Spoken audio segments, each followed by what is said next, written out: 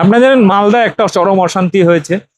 অনেক রাতে সেখানে কেন্দ্রীয় বাহিনী গিয়ে আন্দোলনকারীদের উপর দিয়ে গাড়ি চালিয়ে তাদেরকে উদ্ধার করে, যে জুডিশিয়াল অফিসারদের প্রায় 12-14 ঘন্টা আটকে রাখা হয়েছিল। সেটা নিয়ে রাজ্য সরকারকে দোষী সাব্যস্ত করার চেষ্টা করছে বিভিন্ন মহল থেকে। কিন্তু এর পাশাপাশি অমিত শাহ বলছেন আমি 15 দিন কলকাতায় থাকবো, পশ্চিমবাংলায় থাকবো। মানে একটা জিনিস বোঝার চেষ্টা করুন, একটা রাজ্যের নির্বাচন, সেখানে বিজেপির আর কোনো নেতা নেই, না রাজ্যে না অন্য কোথাও। সেখানে ভারতবর্ষের প্রধানমন্ত্রী নরেন্দ্র মোদীকে থাকতে হচ্ছে, ডেলি প্যাসেঞ্জারি করতে হচ্ছে, স্বরাষ্ট্রমন্ত্রী সব কাজবাজ ছেড়ে দিয়ে তাকে এখানে পড়ে থাকতে হচ্ছে। ফলে এরকম একটা পরিস্থিতির মধ্যে দাঁড়িয়ে তারা যে ধরনের গেম প্ল্যান সাজাচ্ছে, ভোট চুরির নানা রকম ফন্দি ফিকির করছে, ফর্ম 7, ফর্ম 6, মুসলিমদের নাম কেটে বাদ দেওয়া, বিরোধী ভোটার যেখানে যেখানে বেশি সেই সমস্ত এলাকায় যত ভোটে বিজেপি হেরেছে সেই সমস্ত জায়গায় তার থেকে ডাবল ডাবল ভোটার সংখ্যা কেটে দেওয়া, এই কাজগুলো বিজেপি করছে, একের পর এক ষড়যন্ত্র করে যাচ্ছে। এর মধ্যে দাঁড়িয়ে আজকে এই সমস্ত বিষয় নিয়ে কড়া ভাষায় জবাব দিয়েছেন তৃণমূলের মুখপাত্র কুণাল ঘোষ এবং চন্দ্রিমা ভট্টাচার্য। আপনাদের এই ভিডিওটা, আমি কুণাল ঘোষের বা অন্য কারোর ভিডিও এত দেখতে বলি না, কিন্তু এই ভিডিওটা আপনাদের দেখা উচিত। যে ঘটনা বিগত কয়েকদিন ধরে ঘটছে এবং অমিত শাহ, শুভেন্দু অধিকারী, নির্বাচন কমিশন যে ধরনের ষড়যন্ত্র করছে, এই বিষয় নিয়ে বিস্তারিত যদি বুঝতে হয় তাহলে অবশ্যই ভিডিওটা শেষ পর্যন্ত দেখবেন, অবশ্যই মতামত দেবেন। আর আগামীকাল থেকে নিয়মিত রাতের 9টার লাইভে থাকবো, আপনাদের প্রশ্ন সরাসরি করতে পারবেন। এই মুহূর্তে দেখুন গত কয়েকদিনের ঘটে চলা পশ্চিমবাংলায় বিজেপির ষড়যন্ত্র, নির্বাচন কমিশনের ষড়যন্ত্র, শুভেন্দু অধিকারী, অমিত শাহ এবং মালদার অশান্তি ইত্যাদি বিষয় নিয়ে কি বলছেন কুণাল ঘোষ এবং চন্দ্রিমা ভট্টাচার্য। দেখুন, শেষ পর্যন্ত দেখবেন এবং মতামত অবশ্যই দেবেন। কয়েকটি গুরুত্বপূর্ণ বিষয়ে আমাদের বক্তব্য আমরা আপনাদের জানাবো এবং আপনাদের মাধ্যমে সকলের কাছে পেশ করব। দেশের স্বরাষ্ট্রমন্ত্রী অমিত শাহ বাংলায় এসছেন, কলকাতায় রয়েছেন। আইন শৃঙ্খলা নিয়ে নানা রকম কথা বলেছেন এবং আমরা খুব স্পষ্টভাবে বলতে চাই যে অমিত শাহ রাজনৈতিকভাবে বাংলাকে আক্রমণ করার জন্য যে ইস্যু খুঁজছিলেন, সেই ইস্যুটা তৈরি করে দেওয়ার জন্য সুপরিকল্পিতভাবে গতকাল কালিয়াচকের ঘটনা, মোথাবাড়ির ঘটনা ঘটানো হয়েছে। অমিত শাহ তিনি বলেছেন হুমকির সুরে, ভোটের সময় আমি 15 দিন এখানে থাকব। আমরা খুব সবিনয়ে বলছি আপনি থাকতেই পারেন, আপনি তো 21 সালেও ডেলি প্যাসেঞ্জারি করেছেন, আপনি বারবার এলেন, তার কোনো ইম্প্যাক্ট, কোনো প্রভাব বাংলায় নেই। যেটুকু প্রভাব পড়ে সেটা হচ্ছে আপনার বিরুদ্ধে। No vote to BJP, no vote to Amit Shah. আমরা আপনাকে বলছি, আপনি বলছেন ভোটের সময় 15 দিন থাকবো। আমরা বলছি 15 দিন কেন, 1 মাস থাকুন। কিন্তু আপনার বিবৃতিটা সামান্য চেঞ্জ করে আপনার দম থাকলে আপনি বলুন ভোটের ফলাফল প্রকাশের পর 1 দিন বাংলায় থাকবো। ভোটের সময় 15 দিন থাকবো, এইটুকু বলে ছেড়ে দেবেন না। আপনাকে বলতে হবে, আপনার ক্ষমতা থাকলে আপনি বলুন ভোটের ফলাফল বেরোনোর পর 1 দিন কলকাতায় থাকবো। গোহারা হারবেন। আগের বার বলেছিলেন আব কি বার 200 পার, 77 এসে থেমে গেছিল, আপনি অনুপাতে ফেলে দিন। আজকে উনি বলেছেন 170 পেলেই পরিবর্তন, 200-77, 170-60, আপনি অনুপাতে ফেলে দিন। 21 সালে যে বলেছে 200 জিতবো, 77-এ আটকে গেছে, 26 সালে এসে সে নিজেই কমিয়ে ফেলেছে 170। নিশ্চিত পরাজয় বুঝে গেছেন, মুখ রক্ষায় এই ধরনের এখন এখানে প্ররোচনামূলক কথা বলে বেড়াচ্ছেন এবং সমস্ত রকম নোকদাঁত দিয়ে কাজ করছেন। নন্দীগ্রামে আমাদের কর্মী খুন হয়ে গেল, ফড়িং দাস, গতকাল থেকে হুমকি দিয়েছে বিজেপি কর্মীরা, গতকাল থেকে হুমকি দিয়েছে, তারপর পিটিয়ে মেরে দিয়েছে। বিজেপির প্ররোচনা, বিজেপি গন্ডগোল চাইছে। কালিয়াচকে কি হয়েছে? মাননীয় মুখ্যমন্ত্রী খুব স্পষ্টভাবে বলেছেন, বিচারকদের আটকে রাখা, বিচারকদের ঘিরে বিশৃঙ্খলা কোনো অবস্থায় সমর্থন করি না, কোনো অবস্থায় বরদাস্ত করি না। আমরা লড়ছি মানুষকে সঙ্গে নিয়ে গণতান্ত্রিকভাবে এবং আইনে। আমরা শান্তিপূর্ণভাবে প্রত্যেক বৈধ ভোটারের অধিকার আমরা আদায় করে ছাড়ব। কিন্তু এখানে একটা প্লট হচ্ছে, ওদের গন্ডগোল চাই, ওদের অস্থিরতা চাই। কাল থেকে আরম্ভ করেছে আইন শৃঙ্খলা। কাদের হাতে আইন শৃঙ্খলা? আপনারা একের পর এক অফিসার সরিয়েছেন, পুলিশ প্রশাসন, মুখ্য সচিব থেকে স্বরাষ্ট্র সচিব, নগরপাল থেকে ডিজি আপনারা সরিয়েছেন। অলিখিত জরুরি অবস্থা আপনারা জারি করেছেন, কৈফিয়ত দেবে মমতা বন্দ্যোপাধ্যায় সরকার? হয় নাকি কখনো? আপনারা প্ররোচনা দিচ্ছেন, বৈধ ভোটারদের নাম কাটছেন, হ্যারাসমেন্ট, বাবা বন্দ্যোপাধ্যায় ছেলে কেন ব্যানার্জি, মহিলাদের বিয়ের পর কেন ঠিকানা বদল, পদবি বদল, নাম্বার দিচ্ছেন, মৃত্যুর মিছিল হয়ে গেছে আতঙ্কে উদ্বেগে। আপনারা প্ররোচনা দিচ্ছেন, আবার আপনাদের কিছু বি টিম সি টিম মানুষকে উত্তেজিত করাচ্ছে, চলুন আমরা গিয়ে ওখানটা অ্যাটাক করি।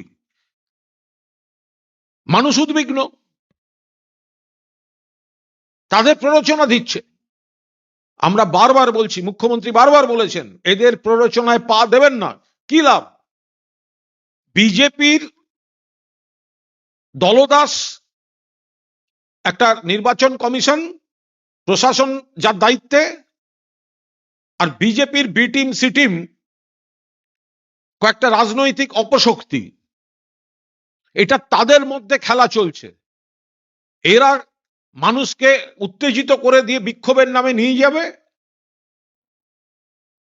আর এই ধরনের অপ্রীতিকর পরিস্থিতি তৈরি করবে।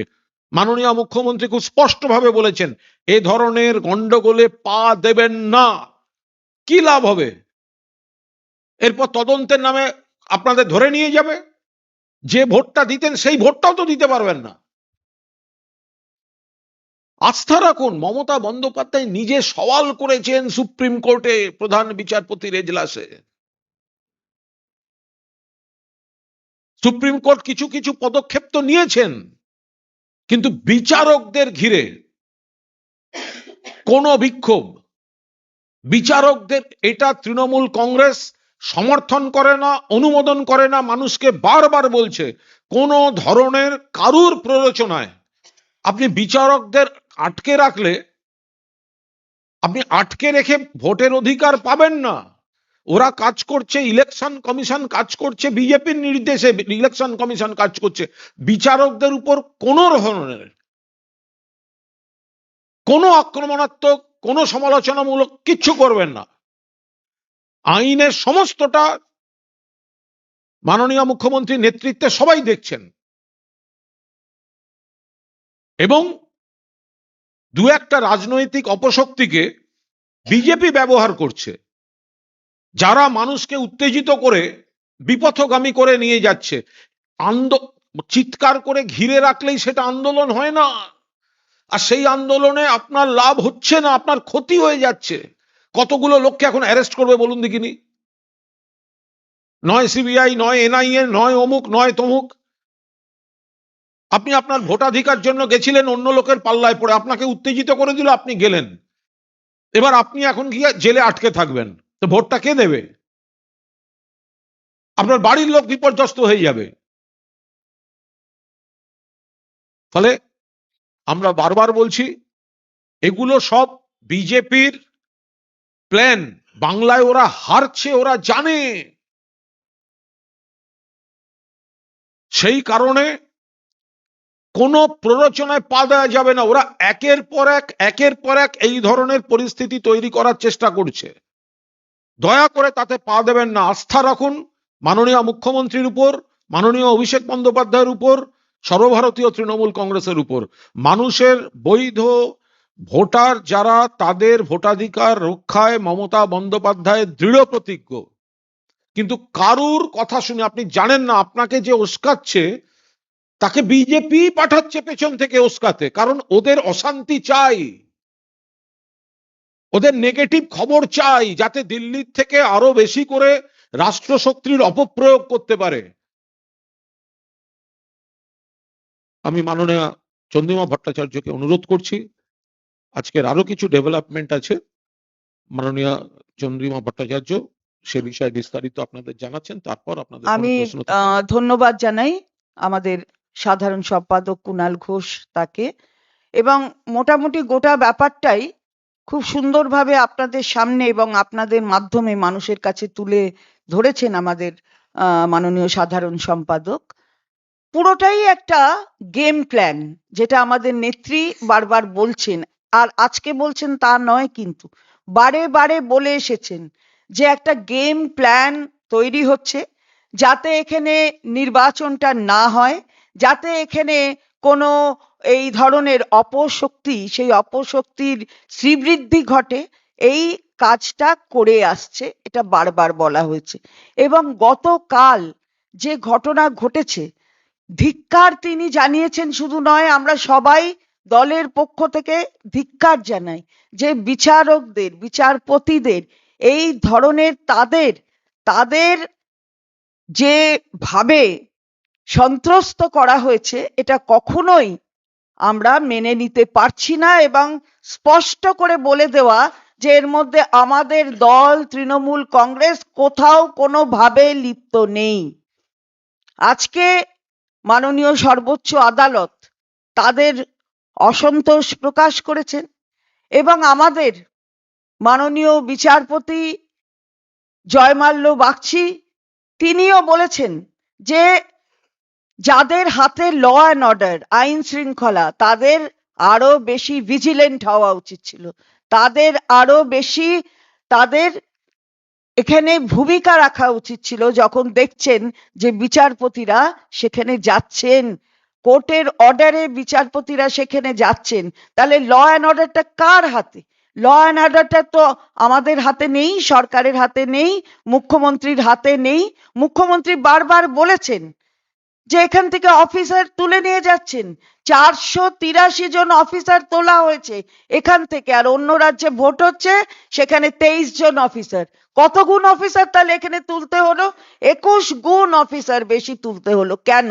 কি কারণে? এই কথাটাই তো বারবার আমাদের মাননীয় নেত্রী বলছিলেন, যে এত অফিসার যদি তুলে নেয় তাহলে তারা নতুন এসে জানবে কি করে, কিভাবে বলবে? এবং এই যে ঘটনা ঘটেছে, তিনি নিজেই বলেছেন যে প্রশাসনের তরফ থেকে, অর্থাৎ যে প্রশাসন এখন আন্ডার কন্ট্রোল অফ নির্বাচন কমিশন, সেই প্রশাসন থেকে তাকে কিছু জানানো হয়নি। তাহলে বুঝে দেখুন, সর্বোচ্চ আদালতও কিন্তু বলেছেন যে এটা কমিশনের দায়িত্ব ছিল, তো কমিশনের দেখার কথা ছিল। সুতরাং সে জায়গায় দাঁড়িয়ে কমিশন তো ব্যর্থ, কমিশন তার ব্যর্থতাটা স্বীকার করে নিক। আর ওখানে ওই যে এসে যিনি হুঙ্কার দিয়ে গেছেন, আগে আগে হুঙ্কার, আবার আবার যতবার নতুন করে আসছেন ততবার হুঙ্কার, আর কত হুঙ্কার দেবেন? বাংলার মানুষ বুঝতে পারছে আপনার হুঙ্কার ওই আপনার কতগুলি শব্দের মধ্যে থেকে যাবে, আপনার গলার আওয়াজের মধ্যে থেকে যাবে। এই হুঙ্কারে বাংলা ভুলবে না, বাংলা ভুলছে না। বাংলা তার নিজের গণতান্ত্রিক অধিকার প্রয়োগ করে বৈধ ভোটাররা সবাই ভোট দেবেন, যেমন আদালত বলছে, সর্বোচ্চ আদালত বলেছেন যে একটাও বৈধ ভোটার যাতে বাদ না পড়ে, সেই রাস্তাটাই তারা তৈরি করছেন। সুতরাং এই যে কালকেও আমরা দেখেছি যে সংবাদ মাধ্যমের মাধ্যমে আমাদের কাছে যে টুকুন আমরা বুঝতে পেরেছি, যে কমিশনের সাথে যারা বিচারপতিরা বসেছিলেন, সম্মানীয় বিচারপতিরা, তারা সন্তুষ্ট ছিলেন না, পুরো প্রক্রিয়া নিয়ে সন্তুষ্ট নন। অর্থাৎ যারা বলতে যাবেন, যে ট্রাইব্যুনালে বলতে যাবেন, তার যে প্রক্রিয়াটা করতে হবে সে সম্পর্কে সন্তুষ্টি তারা প্রকাশ করতে পারেনি, অর্থাৎ তাদের কাছে যে তথ্য দেওয়া হয়েছে তারা সন্তুষ্ট হননি। তাহলে এই যে গোটা ব্যাপারটা, এটা বোঝা যায় যে একটা গেম প্ল্যান, যে কোনোভাবে এই বৈধ ভোটারকে অবৈধ করে দাও, আমরা নিয়ে আসি বাইরে থেকে ভোটার, এখানে ভোট দেবে, আর না হলে পুরো ব্যবস্থাটাকেই একদম একদম ইনফ্রাকচুয়াস করে দাও, যাতে রাষ্ট্রপতি শাসন টাসনের মতন কিছু হয়। কিন্তু সেটা হবে না, সেটা হবে না। আজকে আমাদের একজন মানুষ, আমাদের কর্মী মারা গেছেন, কিন্তু এটা মনে রাখতে হবে, তৃণমূল কংগ্রেস একটা কর্মীর মেরে ফেললেন পুরো, কালকে তাকে ধমক দিতে দিতে আজকে মেরেই ফেললেন।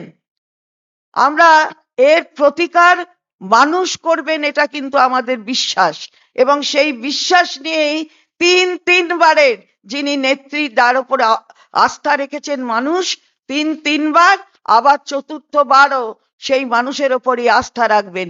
কারণ এখানে আইন শৃঙ্খলা যিনি একেবারে ভালোভাবে রেখেছিলেন, তার নাম মমতা বন্দ্যোপাধ্যায়। যেইমাত্র ইসিআই এর হাতে এই আইন শৃঙ্খলাটা গেল, তখন ওই হুঙ্কার আর আইন শৃঙ্খলার অবস্থা দুটো যেন কোথায় মিলেমিশে এক হয়ে গেল।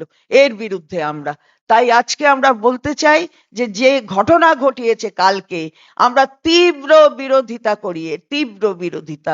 আমরা আদালতের উপর আস্থাশীল বলেই তো আদালতে গিয়েছে আমাদের নেত্রী মমতা বন্দ্যোপাধ্যায়, একজন সাধারণ নাগরিক হিসেবে গিয়েছেন সেখানে, তৃণমূল কংগ্রেসের হয়ে যাননি, তিনি তো একজন সাধারণ নাগরিক হিসেবে গিয়েছেন, বাংলার বৈধ ভোটারকে যাতে ভোট দেওয়া থেকে বঞ্চিত করা না হয় তার জন্য।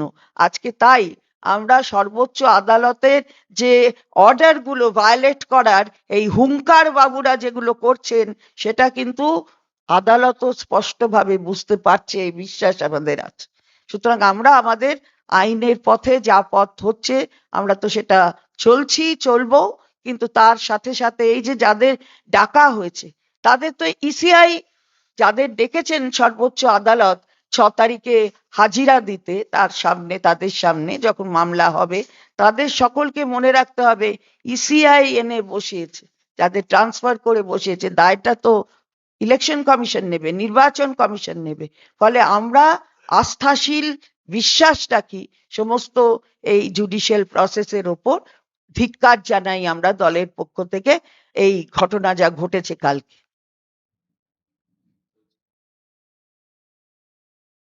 সুপ্রিম কোর্ট রাজ্যের অ্যাডভোকেট জেনারেলকে উদ্দেশ্য করে বলেছে এমন একটা রাজ্য যেখানে সবকিছু রাজনীতি করে। সেটা মনে হয় অভিজিৎ গঙ্গোপাধ্যায়ের কথা মনে রেখে বলেছেন, যে একজন হাইকোর্টের বিচারপতি চেয়ার থেকে রিজাইন করে গিয়ে বিজেপির ক্যান্ডিডেট হচ্ছেন, এই বিষয়গুলো তো মহামান্য সুপ্রিম কোর্টের মাথায় আছে, তো সেগুলো দেখেই এই ধরনের মন্তব্য করেছেন।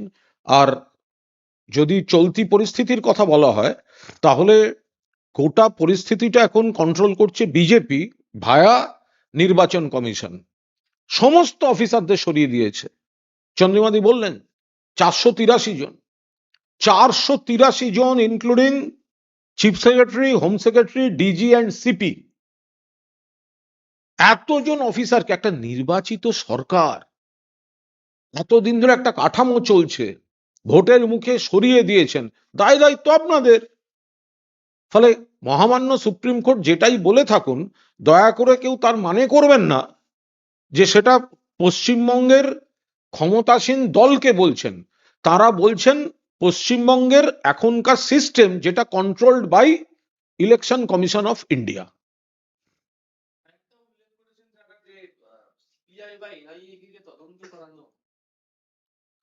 দেখুন, সিবিআই এনআইএ কে দিয়ে তদন্ত হবে কি না হবে, এ তো সুপ্রিম কোর্ট বলবে, সে তাদের বিষয়। কিন্তু এই কমিশন, যাহা কমিশন তাহাই সিবিআই, তাহাই এনআইএ, তাহাই ইডি, অর্থাৎ গোটাটাই হচ্ছে বিজেপির শাখা সংগঠন আর গণসংগঠন। তো এর আগেও তো আমরা দেখেছি সিবিআই সিবিআই সিবিআই বলা হয়েছে, আরজি করের ক্ষেত্রেও সিবিআই। তো সিবিআই এসে তো বলেছে কলকাতা পুলিশ যে তদন্ত করছিল সেটাই ঠিক, যাকে অ্যারেস্ট করেছে সঠিক অ্যারেস্ট। তো সুতরাং এই সিবিআই কে দেয়া মানে, এগুলো তো সব কেন্দ্রীয় সরকারের। সিবিআই এর চলতে হবে বিজেপির কথায়, নির্বাচন কমিশনও চলে বিজেপির কথায়, এনআইএ চলে বিজেপির কথায়। তো সুতরাং নতুন করে সেখানে তো আর কোনো তদন্তের কি দরকার আছে? বিজেপি যা করাচ্ছে, যা করছে, আবার তদন্ত বিজেপি করবে, এ তো আজব কথা।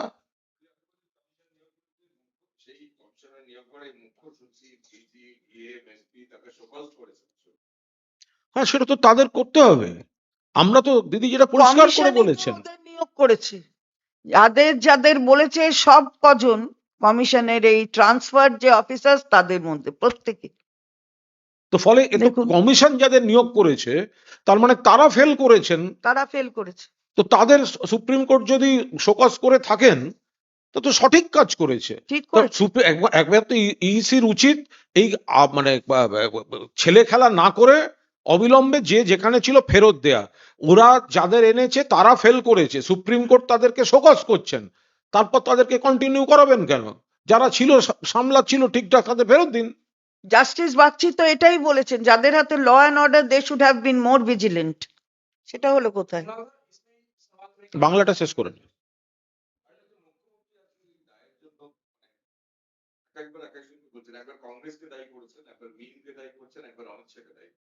না, এটা তো একদম পরিষ্কার, এটা এটা ওইভাবে দেখা ঠিক না। মাননীয় মুখ্যমন্ত্রী যা বলেছেন তার বার্তা স্পষ্ট। সেটা হচ্ছে অমিত শাহর কলকাতা সফর এবং বিজেপি চক্রান্তকে কেন্দ্র করে তৃণমূল বিরোধী যে দলগুলি বিজেপির বি টিম সি টিম দালাল হিসেবে কাজ করছে, তারাই করেছে। একদিকে ইলেকশন কমিশনকে দিয়ে সমস্ত অ্যাডমিনিস্ট্রেশনটা অলিখিত জরুরি অবস্থা করে করায়ত্ত করে নেওয়া, আর উদ্বিগ্ন মানুষ যাদের ভোটাধিকার কাড়া হচ্ছে তাদেরকে উত্তেজিত করে দিয়ে সংঘাতের রাস্তায় ঠেলে দেওয়া। তৃণমূল একই কথা বলছে, লড়াই করতে হবে নাগরিকত্ব রাখতে, তৃণমূল পাশে আছে, কিন্তু হিংসার রাস্তায় নয়। তাতে ওদের পারপাস সার্ভ হচ্ছে। বাংলায় ওদের অশান্তি চাই, রক্ত চাই, মৃতদেহ চাই, যাতে রাষ্ট্রশক্তির আরো অপপ্রয়োগ করতে পারে। ওদের পাতা ফাঁদে কেউ পা দেবেন না। শান্তিপূর্ণভাবে আমরা অধিকারের লড়াই লড়ছি, আইন মেনে, কোর্টের উপর পূর্ণ আস্থা রেখে। সেটাই মুখ্যমন্ত্রী বলেছেন।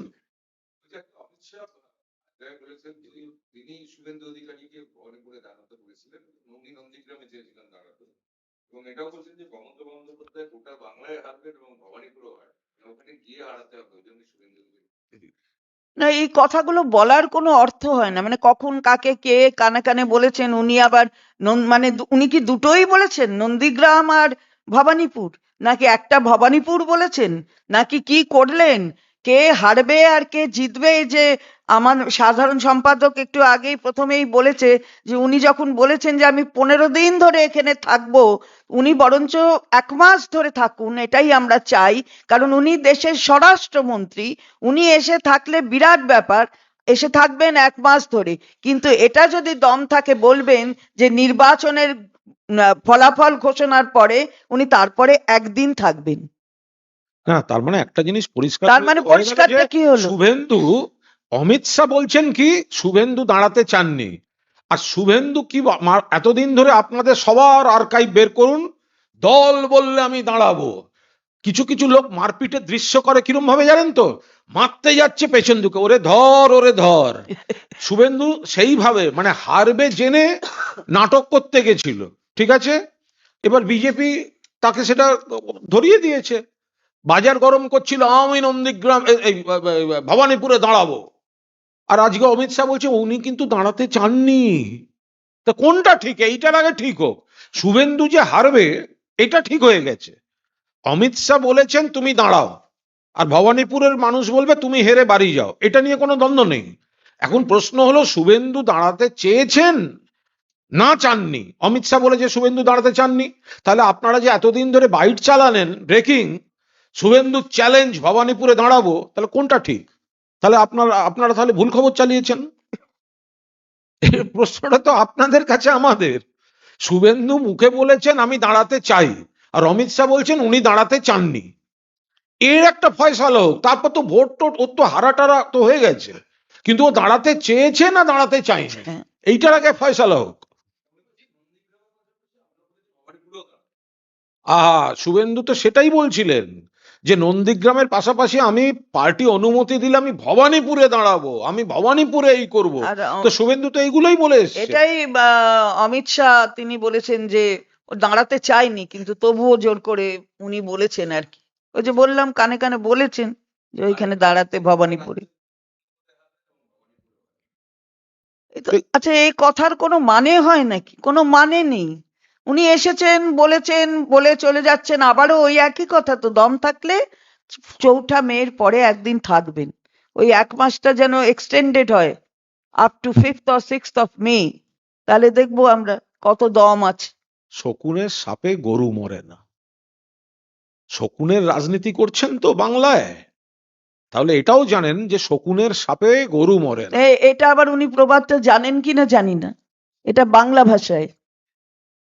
বলছি যে মাল্লা নিয়ে সুপ্রিম কোর্টের এই অবজারভেশনের পর এখন পুনরায় আবার অশান্তি শুরু হয়েছে। পুলিশের গাড়ি ভাঙচুর করে দেওয়া হচ্ছে এবং রাস্তাতে অবরোধ করে মহিলারা বসে গেছেন। পুলিশের ড্রাইভারকে মেরে মাথা ফাটিয়ে দেওয়া হয়েছে। এই সিচুয়েশন, পুলিশ আহত হচ্ছে। আমরা সকলের কাছে দলের তরফে, মাননীয় মুখ্যমন্ত্রীও বলেছেন, আমরা দলের তরফেও আমরা আবেদন জানাচ্ছি যে বিজেপি প্ররোচনা দিচ্ছে, ইলেকশন কমিশন আপনাদের নাম কাটছে, আপনাদের উদ্বেগের মধ্যে ফেলছে। বিজেপি এবং ইলেকশন কমিশন দায়ী। এই লড়াইটা লড়ে অধিকার প্রতিষ্ঠা করতে হবে, কিন্তু সেটা শান্তিপূর্ণভাবে।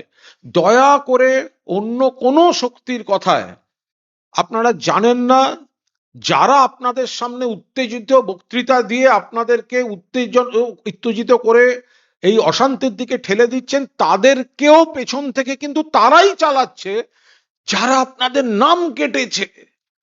ফলে আপনারা দয়া করে এমন কোনো উত্তেজনাকর কাজ করবেন না যাতে সেই বিজেপি, সেই ইলেকশন কমিশন, সেই দিল্লির জমিদারদের চক্রান্তমূলক হাতটা শক্তিশালী হয়। আমরা এই ধরনের কোনো হিংসা, আমরা তার বিরোধী। কিন্তু আর একটা পাশাপাশি বলতে হবে, ইলেকশন কমিশন কি করছেন?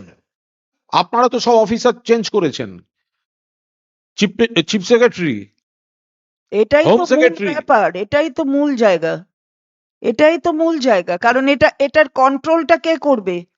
ল অ্যান্ড অর্ডার কার হাতে? আমাদের তো ইসিআই গেলে বলে ডোন্ট শাউট, এখন কি করছে? জান না, মানুষদের সামনে গিয়ে জ্ঞানেশ কুমার এসে দাঁড়ান না, এসে দাঁড়ান একবার, দেখি দম, দেখি শাউট কতটা করতে পারেন। দম থাকলে শাউট করবেন। মানুষকে অধিকার খর্ব করা হচ্ছে, ব্যক্তি ধরে ধরে, পরিবার ধরে ধরে নাম বাদ দেওয়া হচ্ছে, মানুষকে প্ররোচনা দেওয়া হচ্ছে, উত্তেজিত করা হচ্ছে। আর তৃণমূল বিরোধী কিছু অপশক্তি সেই মানুষদের আবেগকে নিয়ে বিপথে চালিত করে অশান্তির দিকে ঠেলে দিচ্ছে। এই গোটাটা বিজেপি বাংলা বিরোধী রাজনীতি এবং দিল্লির আরো ক্ষমতা প্রয়োগের জন্য এই প্রেক্ষিতটা তাদের দরকার, তারা সেটাকে ব্যবহার করছে। আশা করেছিলেন যে আজকে থেকে ট্রাইব্যুনালটা চালু হয়ে যাবে। আপনি কিছুক্ষণ আগে বলছিলেন যে গতকাল অবসরপ্রাপ্ত বিচারপতি তারা কমিশনের যে পরিকাঠামো তা নিয়ে তারা অসন্তোষ প্রকাশ করেছিলেন। না, আমি সংবাদ মাধ্যমে দেখেছি যে আপনারা নানা রকমের সংবাদ মাধ্যম সূত্র ধরে বলছিলেন যে কমিশনের যে ভূমিকাটা যেটা হওয়া উচিত ছিল এই ট্রাইব্যুনালের নিষ্পত্তি সম্পর্কে এবং ট্রাইব্যুনালের কাছে মানুষের মামলা নিয়ে যাওয়া সম্পর্কে, সেটা সেই পরিকাঠামোটা কিন্তু সঠিকভাবে করা হয়নি নির্বাচন কমিশনের পক্ষ থেকে। এবং অনেক বিচারপতিরা তাদের অসন্তোষ প্রকাশ করেছেন। তারা বলছেন প্রত্যেক মানুষের তো একটা জানার কিংবা তার নিজের পক্ষ সমর্থন করবার সুযোগ থাকতে হবে, সেসব জায়গাগুলোই নেই। তাহলে সে জায়গা না থাকলে কি করে হবে? অনেকে অসন্তোষ প্রকাশ করেছেন, এমনকি অনেকে থাকতে চাইছেন না। আমি সংবাদ মাধ্যমে দেখেছি, আমি তার বাইরে বলছি না। এটা কি কোনোভাবে মানুষকে আরো অসুবিধায় ফেলবে না যত ট্রাইব্যুনালের দিন দেরিতে হবে? পুরোটাই তো অবশ্যই অবশ্যই অসুবিধা হবে, কিন্তু মাননীয় বিচারপতিরা তো ভারতবর্ষের যে আইন আছে সেই আইনটারই কথা বলবেন। তাহলে তো পুরো প্রিন্সিপালস অফ ন্যাচারাল জাস্টিসকে একটা গো বাই দিয়ে দিতে হয়, যে আমি জানলাম না যে আমার অপরাধটা কিসের অপরাধ, অপরাধ কারণটা কি সেটা জানলাম না, আমাকে কেটে দিল। তা আমি কারণটা জানলাম না, আমি যাব কি করে? সেই পরিকাঠামোই নেই। এটাই তো বলেছেন বিচারপতিরা। মিস্টার যে শর্টকাটের কথা বলছেন, যে এসআইআর কি শর্টকাটের মানে এসআইআর কি বাংলায় ক্ষমতা দখলের শর্টকাট বলে আপনারা মনে করছেন? কিসের? অমিত শাহ যে শর্টকাটের কথা বলছে, মানে এসআইআর দিয়ে যেভাবে নাম কাটা গেছে, এইভাবে কি সব রকম চেষ্টা করেছে, বাংলার টাকা বন্ধ দিয়ে শুরু করেছে, বাংলার ইতিহাস ঐতিহ্যকে অপমান, স্বাধীনতা সংগ্রামকে অপমান, মনীষীদের অপমান, বাংলা ভাষাকে অপমান, বাংলা বললে পিটিয়ে মারা, বাংলা বললে বাংলাদেশে পাঠানো, শেষ পর্যন্ত এসআইআর এর নাম করে বৈধ ভোটারদের হয়রানি করা, মৃত্যুর মিছিল দেয়া, সমস্ত রকম চেষ্টা করছে। এ রাজ্যের বৈধ ভোটার কাটো আর অন্য রাজ্য থেকে ভোটার কপি পেস্ট করে জাল ভোটার দিয়ে এখানে ভোট করাও, এইসব অমিত শাহ খাটবে না। মানে ঘুঘু দেখেছে ফাঁদ দেখেনি তো, এটা পশ্চিমবঙ্গ। আবার বাংলায় প্রবাদ। CGI, Supreme Court, so causing Chief Secretary, DM, DGP, and they have been asked to be present on 4th of April. Yes. Apart from that, Supreme Court have also observed, made an observation today saying that this is one of the most polarized states. How do you see to this? No, no, this is what the game plan is clear. Is clear here. That is what the Honorable Supreme Court has said. Because here, what are they doing? Law and order is under the entire control of the ECI. It was their duty and obligation to see that the honorable judges, they are protected in the proper way, they do their function properly. It was their responsibility, the ECI's responsibility, because law and order is not in the hands of the state government or in the hands of the honorable chief minister. Therefore actually they have cursed this. By their observations, they have blamed the Election Commission of India. Therefore, they have failed. Who are the officers? We have time and again said that you are unnecessarily changing the officers, transferring them every day. Every midnight we see that the officers are being transferred. There are 483 officers who have been transferred. Now, if compared to other states who are facing this election, it's only 23. So it is 21 times more. Why? What for? What is the reason? Now you transfer, and whosoever has been called by the Honorable Supreme Court, each of them is a transferred official who has been appointed by ECI. Party make a primary investigation that who were these people? Those who have How can we make the primary investigation? Kindly tell me the law. Can we go into it? Can we go into it? If I can go into it, then the primary and the final stage comes. We cannot go into it because the entire thing is under the control of the ECI. Constitution doesn't permit us. Party, what the party will go. And No, that is different. You know, when we are speaking about Honorable Supreme Court's observations and their directions, so we have to go by the law.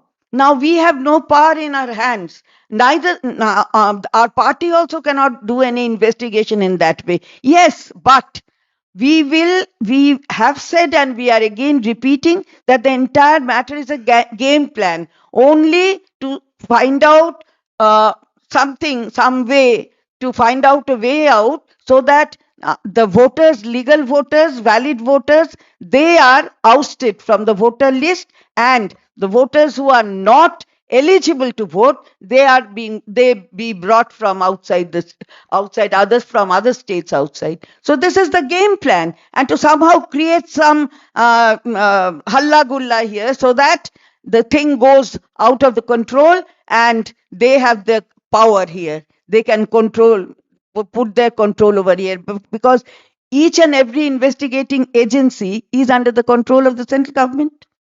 मेरा सवाल आज ये है कि जब मुख्यमंत्री के घर के सामने से अमित शाह का रैली जा रहे थे, तो हमने देखा अमित शाह रैली खत्म बिना किए मुख्यमंत्री के घर के सामने गाड़ी करके निकल गए। 1 किलोमीटर का रैली भी खत्म नहीं हुआ। जहां बीजेपी की तरफ से जुदा दिखाया जा रहा था तृणमूल समर्थक को, वहां अमित शाह रैली ना करके चल जाना और ये आरोप लगाना कि तृणमूल कांग्रेस जानबूझ के रैली करने नहीं दिया, गुंडागर्दी कर रहा था, कैसे देख रहे हैं आप?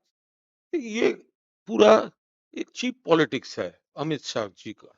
तो अमित शाह जी, तृणमूल कांग्रेस कोई वहां पर कोई गुंडागर्दी नहीं किया। अमित शाह क्यों नहीं गया? अमित शाह का मालूम है जिस सीट में वो गए थे भवानीपुर, वो भाजपा बुरी तरह से हारने वाला है। वो भाजपा भाजपा बुरी भाजपा बुरी तरह से हारने वाला है। भाजपा बुरी तरह से हारने वाला है। तो वो क्यों गए थे वही जाने।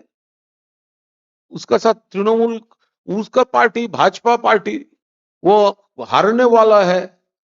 तो अमित शाह का पास तो ये मालूम है, खबर है। तो इसीलिए थोड़ा खुद भी कंफ्यूज थे ना। अमित शाह ने ये भी कहा है आज, अगर पश्चिम बंगाल में परिवर्तन लाना है तो भवानीपुर में सबसे पहले परिवर्तन लाना जरूरी है। पश्चिम बंगाल में तो प्रत्यावर्तन होगा, बंगाल में तो प्रत्यावर्तन होगा। अभी जितना बार चाहे अमित शाह जी बंगाल के लिए टिकट वो काट ले, जितना बार चाहे। इलेक्शन तक हम लोग एक बार उसका रिटर्न टिकट हम लोग खरीद कर देंगे, वो रिजल्ट निकलने के बाद।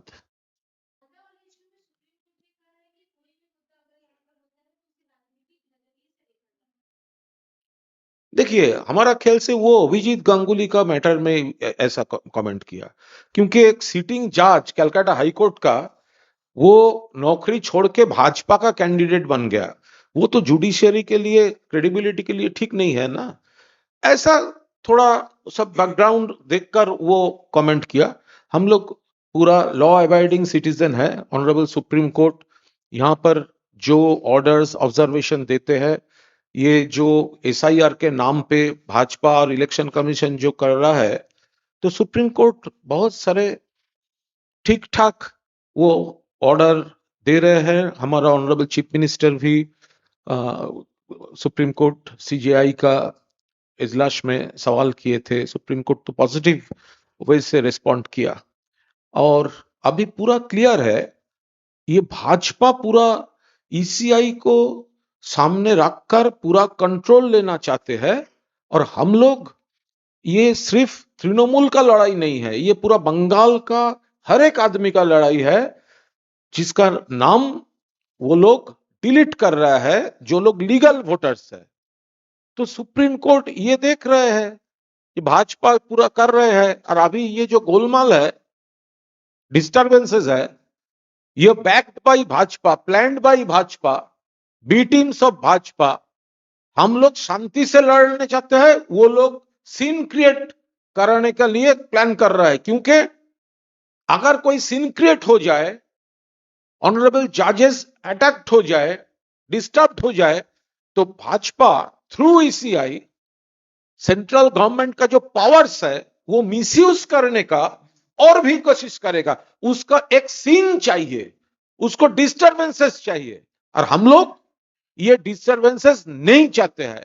हम लोग भी लड़ाई में हैं, हम लोग ही लड़ रहे हैं, लेकिन लीगल तरीके से।